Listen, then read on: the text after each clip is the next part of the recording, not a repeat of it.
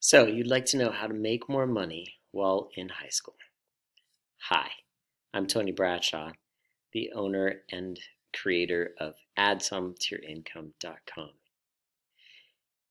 I'm going to help you know how to increase all three types of income while you're in high school. I plan to start by sharing my ways of making more income in high school and kind of do one of those what I wish I'd known when moments with you.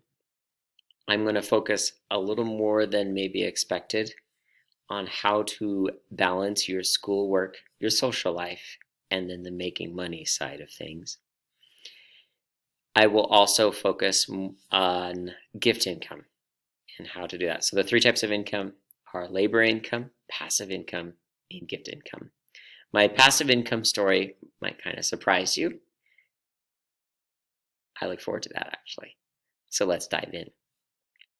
Let me first share from my heart to you about what it was like for me in high school and making money, and what I wish I'd known.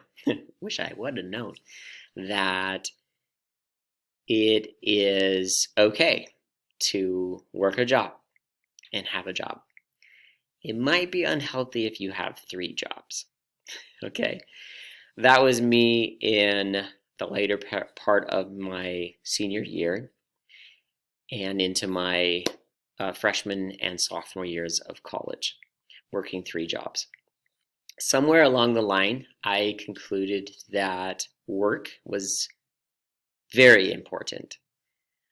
I started working one job and then I picked up another, and before I know it, I had three jobs I was working, all three part-time. And I was about full-time working. I just fit it in. I'd work on the evenings, on the weekends, and I was working a lot. What I wish I'd known, what I wish I could tell myself as a teenager in high school and my early part of college is find the job that's going to be the most valuable skills that you're going to gain. Going once a week and cleaning a dog training spot wasn't gaining life skills. The job actually that I had of my three jobs that was the best for life skills to learn was actually McDonald's, working at the cashier. And that doesn't maybe make sense. Like a lot of people are like, oh, McDonald's, their first job, and what? I learned some really important life skills. I remember one day this lady came in and she said, I'll have my regular. I swear, before that, I'd never noticed this lady, ever. I didn't see her as a person. I just saw her as a customer. And I looked at this person, I was like, what's your regular? And she said something like, I've been coming in here for weeks ordering the same thing. I hoped by now you would know what my regular is. I said, I'm sorry. I don't know what it is. What is your regular? She ordered an egg McMuffin and a coffee. And that's what she ordered every time she came to McDonald's. Well, guess what? The next time I saw her, I looked at her and I said, oh, okay, wait, give me a second. I know it's a coffee. What kind of? And she was like, egg McMuffin. I'm like, oh yeah, egg McMuffin and a coffee. The next time she came, I remembered. And I only had to say, you're regular? And she said, yes. And I got her the egg McMuffin and the coffee. That is a life skill.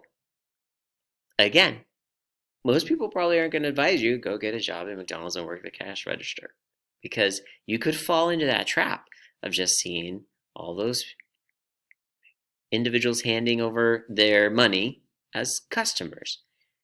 And you got to work to see them as people. What I wish I'd known when I was in high school about making money was to focus in on a job that would help me gain valuable life skills. Labor income is the income you get from working a job. You could be a babysitter. You could be working at that McDonald's. You could be doing something, working alongside someone, say on a construction site. Whatever it is that you're doing and you work and you get paid fairly quickly is labor income. There are ways to increase it. There are ways to negotiate right at the beginning so that you'll make more. Let me give you a quick example on that. My nephew was going into college. It was his freshman year, and he was trying to get a job. He had applied at a creamery and at being a janitor. The janitor job offered him $10.50. The creamery offered him $9.50. So he goes to the creamery and he says, I'm not going to take the job. They ask, why? To which he said, well, the janitor job is going to pay me $10.50, so I'm going to go work for them. The creamery said, we can pay you $10.50. And he said, you bet you can. Right. So that negotiating as you get started, or negotiating if you've been there for a while and it's really working out. You want to make more money with the same labor that you're doing? Ask for that raise. It could be at the natural time where they're having your review, your performance review. Be like, I would like to make more money. And you can ask the question, what more can I do to make more money? That they will help to get you into either the position or often are ready to give you that raise. And asking for it is okay. They can say no, and you'll be ready for that. Be ready to be like, oh, all right, and still work just as hard as you always did. Labor income is one of the three types of income. As I've studied income and ways to increase all of them, I've figured this out. There's labor income, then there's passive income. Things you do today and you get paid at harvest. So what can you do today? As a high school student, I hope you don't limit yourself. I hope you realize how much you're able to do now that's going to pay out later. Within the passive income, I talk about investing. Yep. Doing something today that you get paid at harvest. Within investing, as I teach my classes in economics, I love to help the students know you're supposed to invest in yourself. What can you do now that's investing in you so that you'll see the returns? That doesn't mean getting top grades. In fact, I hope you, if you're looking at ways to make more money, have already let go of the plan to be valedictorian, make straight A's, and maybe you can do that, but again, the balance of schoolwork, social life, and making money. I want you to realize that many of the highly paid individuals in this world got B's and C's.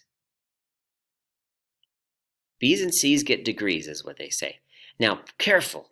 I'm not asking you to change from being valedictorian to dropping out of school, because school dropouts don't make very much money. Okay? High school, particularly. Now, some college dropouts, they often start a business and get that going and then drop out of college and end up making lots of money by becoming the CEO of the company. First, be the CEO of your life. Know what it is you can invest in that's going to make you a better, more valuable person. And realize that getting the high school degree and being valedictorian might not be what is going to get you the most value in the world.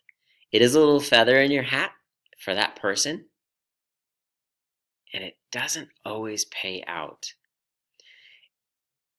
It may have actually meant that they cut out social life, which can become something very important. The people that you interact with, they become a structure for you later in life to give you the supports that you need, and can become part of your business, part of your team.